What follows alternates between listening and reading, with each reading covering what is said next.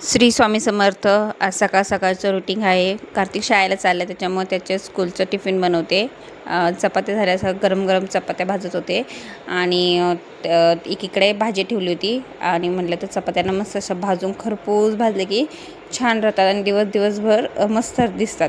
मग त्याची खरपूस भाजली. एक भाजी ठेवली होती, भाजी झाली मस्त. बटाट्याची अशी चमचमीत भाजी केली होती. त्याला अशीच आवडते भाजी. टिफिनला नाही तर पण त्याला आवडतच नाही कोणतीच भाजी नाही. तो रोजच म्हणतो मला बटाटे दे, बटाटे दे, बटाटे दे.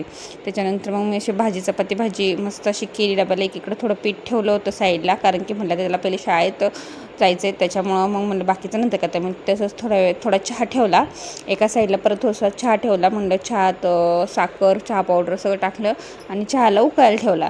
आणि मग म्हणलं तवर तर बाकीचं काम करता येईल.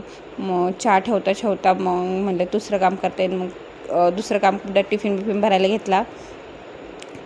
घेतला. भाजी बघितली तुम्ही छान दिसते. टिफिन भरायला तर कार्तिक उरकत होता. म्हणलं त्याचं चाललं होतं शाळेचा ड्रेस घालून तो उरकत होता. त्याला शाळेत सोडून आले आणि मग मी घरातली कामं उरकायला लागले.